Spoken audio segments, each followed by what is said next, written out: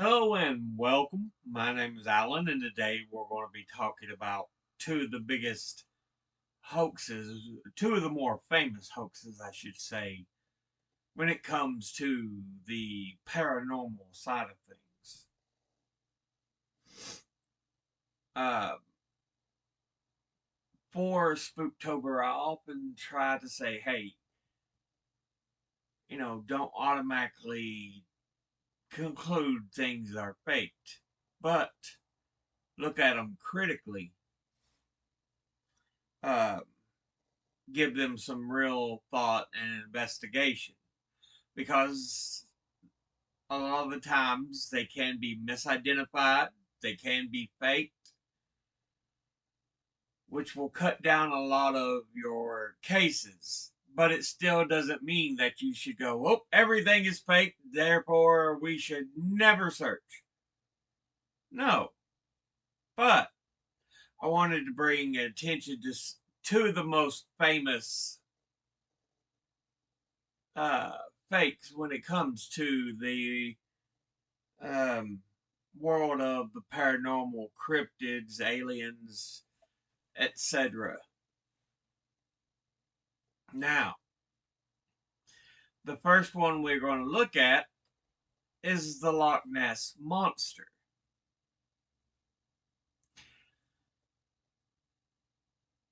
The famous photo that we see right here. Can we bring it in large? There we go. This photo has been confirmed to be a fake. It turns out it's a little toy figure in the water. You see no shoreline, nothing to really give you confirmation or to judge size. So it's like, where did you take this from? Where were you standing? But all you can really see is there's a figure sticking up out of the water, but you can't see anything for size comparison. Forward, please. Anyway, anything for size comparison when it comes to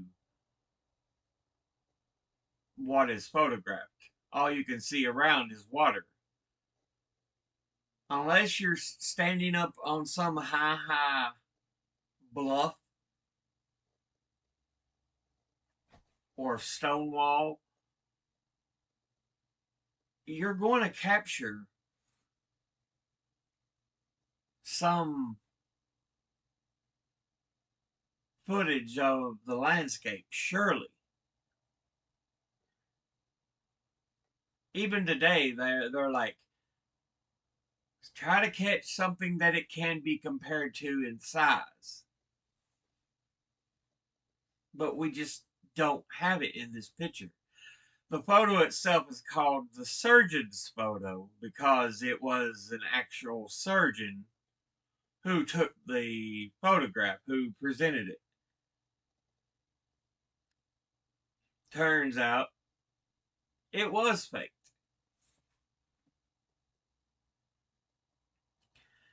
Now, does this mean all Nessie encounters are fake? No. Uh, just right here in this Wikipedia article, we have sightings going back as far as 565 AD with St. Columba.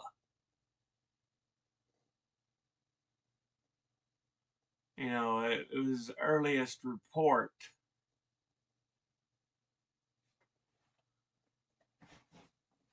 of the Loch Ness Monster. It's from the Life of Columba by Adelman, written in the 6th century. The next time we have reports of it, though,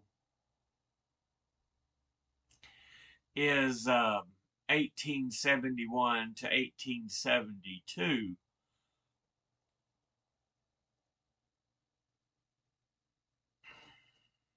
Uh,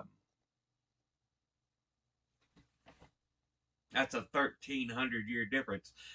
Doesn't mean there wasn't other sightings. It just means we are unable to track them down or confirm the sightings themselves. But yeah, and of course the famous surgeon's photo was 34, I think. Yeah, here it is. Surgeon's photo, 1934. Yeah, the photo we now know that was a fake. As I've said, though, we have proof that there has been sightings for quite a while of the Loch Ness monster. Uh, yeah, the surgeon's hoax. Here's another article talking about it. But yeah, we know the famous photograph that was supposed to be Nessie. That was a fake. It doesn't mean Nessie herself is fake, but with so few verifiable sightings in between,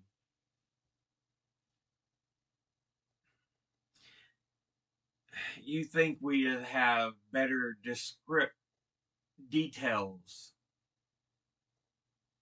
on if such a sizable beast lived in the loch.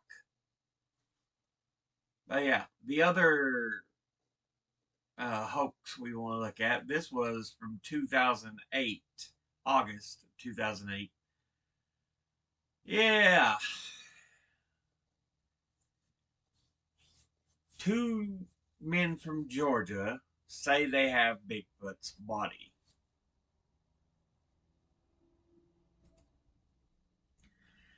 Then we find, oh, the discovery is confirmed to be a fake, but they had already sold what they proclaimed was Bigfoot's body to other people for an undisclosed sum of money because others were wanting to see, if it was really Bigfoot. Of course, they ran a number of tests on it, found out it was a rubber suit that contained innards. Yeah, a rubber gorilla suit. Two researchers on quest to prove the existence of Bigfoot say that the carcass encased in a block of ice, handed over to them for an undisclosed sum by two men who claimed to have found it, was slowly thawed out and discovered to be a rubber gorilla suit.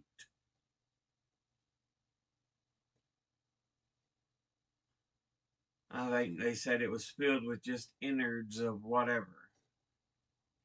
I can't remember what they said they were from, but yeah.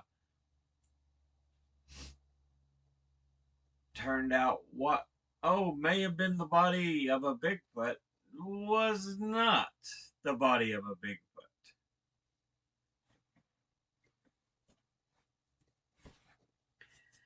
And like I said, this was in August of 2008.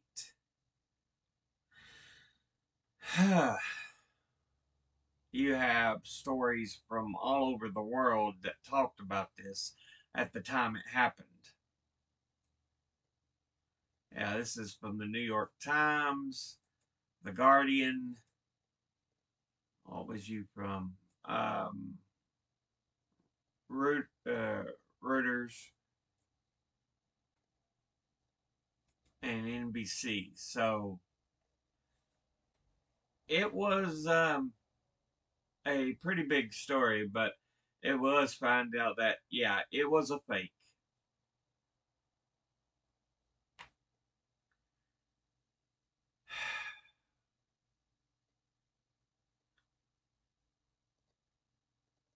You should have asked for verification of it first.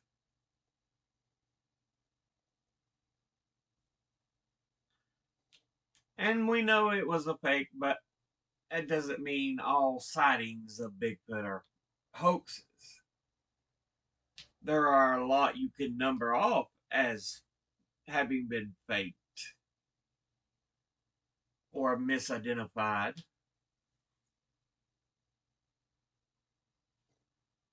But there are certain sightings, certain happenings you cannot so cavalierly dismiss. So, yeah.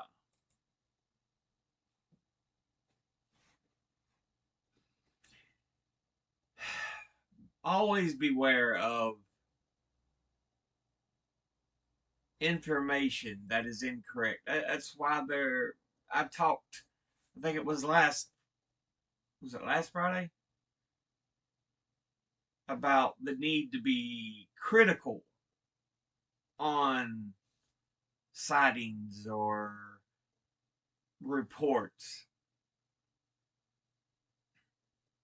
You shouldn't be automatically willing to shut things down, but you need to think, is there something else that can explain this?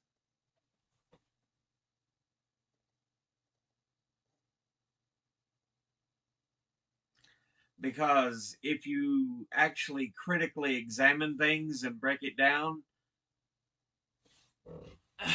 you can cut a lot of the BS and chaff out of uh, sightings to get rid of the misidentified and the hoax.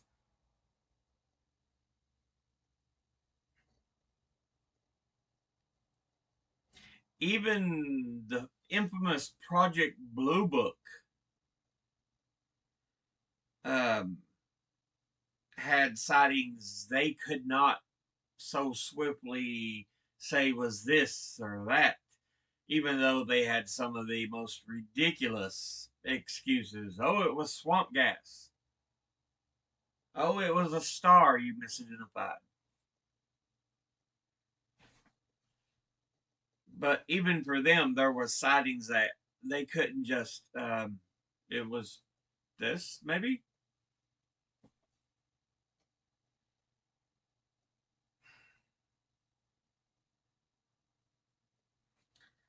So yeah, in a continuation of last Friday's video, be critical.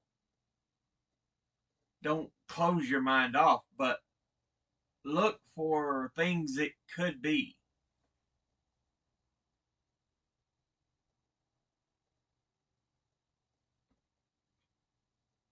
But yeah, I'll go ahead and end this episode here. As always, educate thyself. Think, read, study, learn.